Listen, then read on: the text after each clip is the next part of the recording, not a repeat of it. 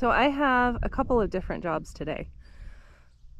One, we opened the field last night. So this is the back side of the big pivot. And Sam's out mowing right now. It's my two jobs today. First, no, maybe, I don't know. So the order of them are going to be happening kind of simultaneously. So one of the jobs is, now that the fields are starting to be mowed, I'm going to drive up and down the windrows and I'm going to look for any new gopher mounds, because I've been going out the last week or so and just kind of walking through and trying to find places where there were bare spots or the alfalfa was low enough that I could see the ground and kind of tell where there were new gopher mounds or not.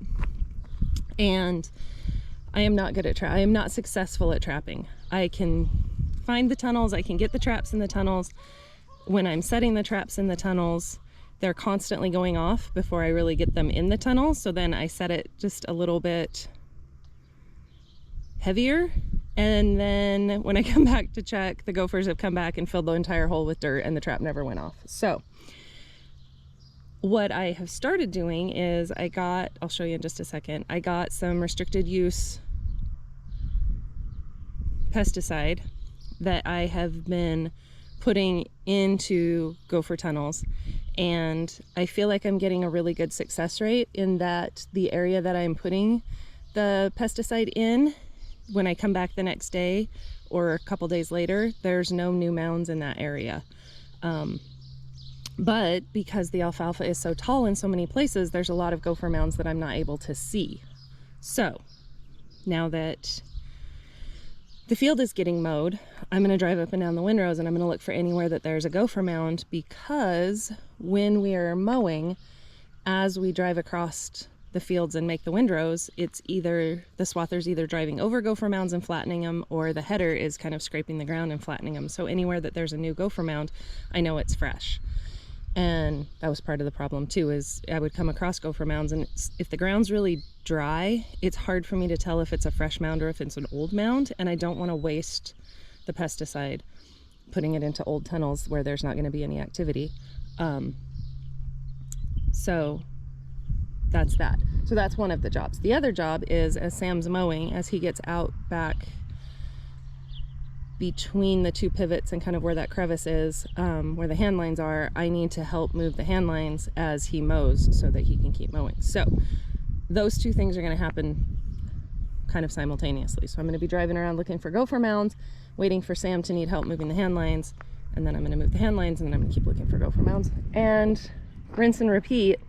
So hopefully over the next week or so, as we're waiting for the hay to dry so that it can be raked and baled, I will just keep kind of every morning going out and just driving up and down the rows looking for new gopher mounds, and hopefully poisoning those areas so that we can get a handle on these gophers. And then somebody who came out to test the hay was telling Sam in the spring to drive a drag harrow over the fields and kind of knock everything down. I think he said in the spring. Yeah, so knock everything down, and that'll help flatten the field before we mow the first time. So I think in the spring, before the alfalfa starts really growing and taking off, drag harrow the whole field so it's smoother, so then when we first cut, it helps kind of get rid of the gopher mounds. Because part of the problem with the gopher mounds, besides them killing the alfalfa because it's covering up the alfalfa with dirt, it's also putting dirt in the hay bales, which some customers, like dairies, are very particular about the amount of dirt that is in the hay. So, not that we're trying to market our hay solely for dairies, but we don't want to limit who our customers are. So we want to be able to sell to everybody, so we want as clean as hay as possible. So there we go with that. Okay, so this is the restricted use pesticide. You can see right there, restricted use pesticide. It is very dangerous. It is poisonous. It is aluminum phosphide, which I found out from the person that we bought this from.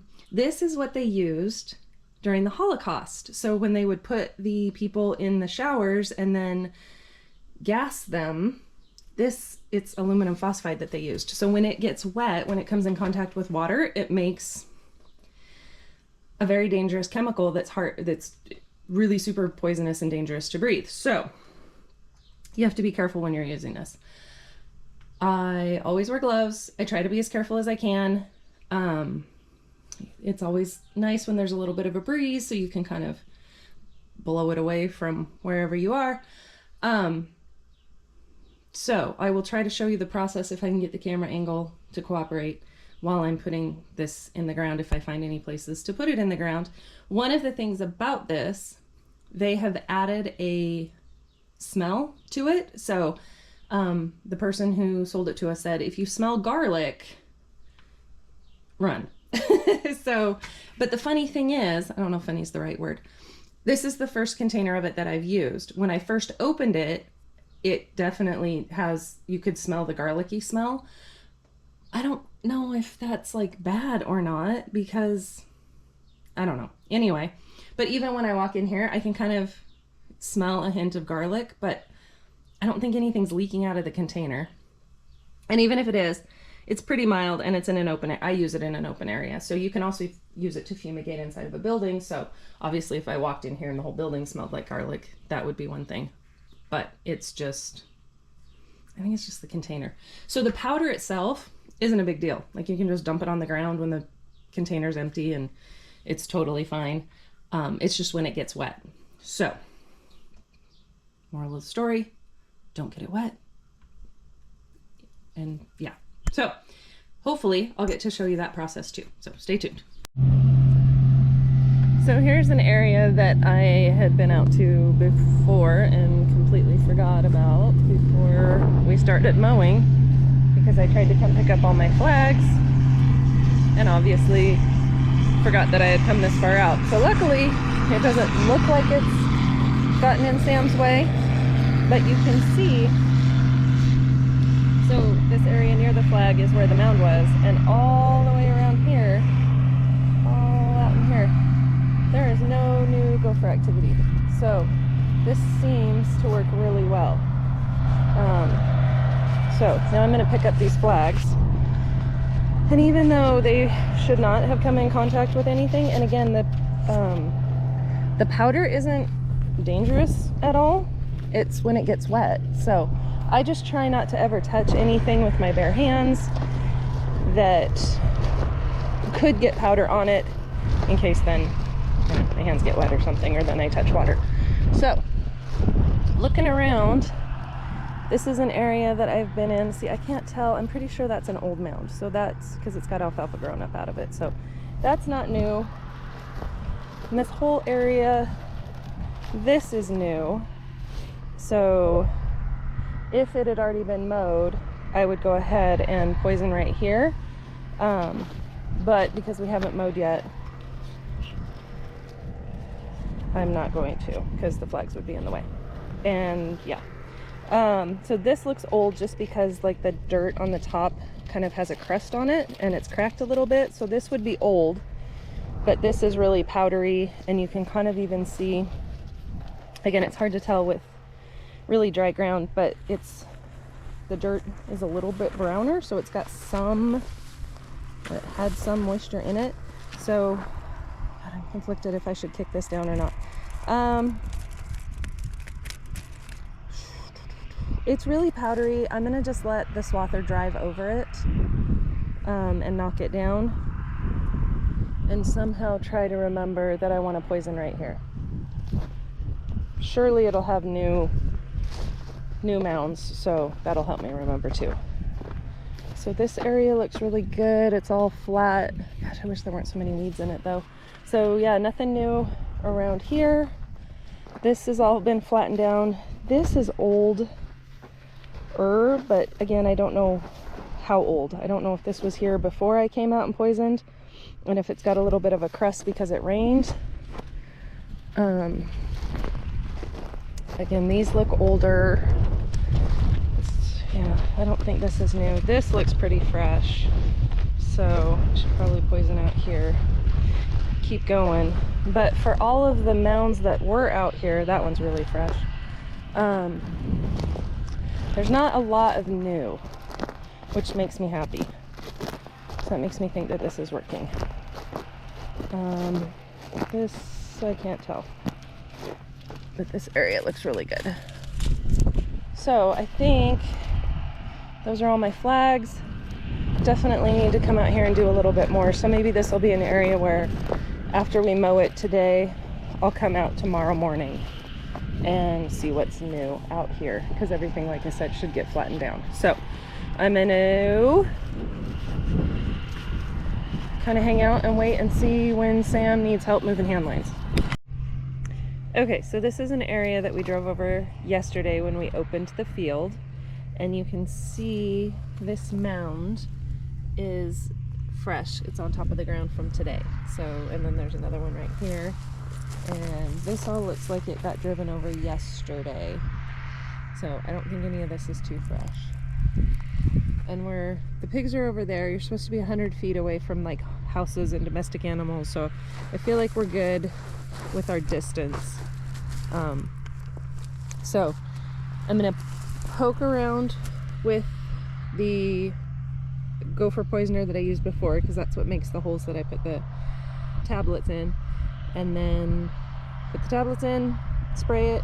Normally I would put a flag, but since I'm just gonna, for the next week or so between raking and baling, I'm just gonna try to come out every day and look for fresh holes. So if there's nothing fresh in this hole or in this area, then I'm gonna assume that it's fine. If there were gonna be a lot of activity out in the fields, then I might set flags, but I don't feel like we're gonna be messing around out here a lot, so I feel like we'll be okay without flags. Okay, so one of the other things that the guy who came to test hay told us, if they're in a line like this, it's usually a male, like looking for a den of a female. And if it's in a circle or a cluster of them together, a little compound, then it's usually a female with babies. So this is just 2 in a row, so it kind of makes me think that it's a male traveling. What I think I'm gonna do, because I don't know if it's a connected tunnel, I don't think it is. I'm gonna hope that it's not, because that also could be bad. So you gotta poke around until you find the tunnel. Oh, there's one. So then I wanna see, okay, so what I think I'm gonna do, I'm just gonna put the tablets in this hole, kick down the mounds, and come back tomorrow-ish and see if there's something new kind of in this area or over there. Okay, so that's my plan. So this is the part that I like the least. Whoops. Okay, you are gonna just lay on the ground right now. So this is the stuff. The wind is blowing that way-ish. So, open the container away from your face, just in case, okay? Take a deep breath. Grab 2 tablets, drop them in the hole. Put the lid on really quick before any vapors can get out. That time I didn't smell any garlic at all, so I feel like we're good. Take your water, make sure it's gonna spray. Oh, sorry, that's probably not good for the alfalfa. Go that way. Okay, deep breath, spray in the hole.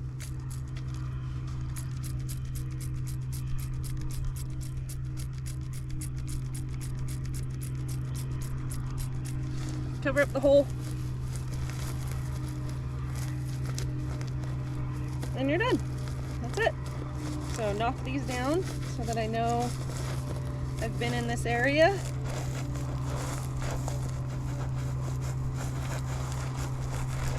So if I come back tomorrow and there's new mounds, then I know to try to look for a different tunnel. And then keep the water away from anything that could have the powder on it. Dry your gloves off a little bit. Pick up your stuff and move on to the next space. So yeah, that's all there is to it. That's pretty exciting. And if this helps us get rid of all our gophers, then that is awesome. Thanks for watching.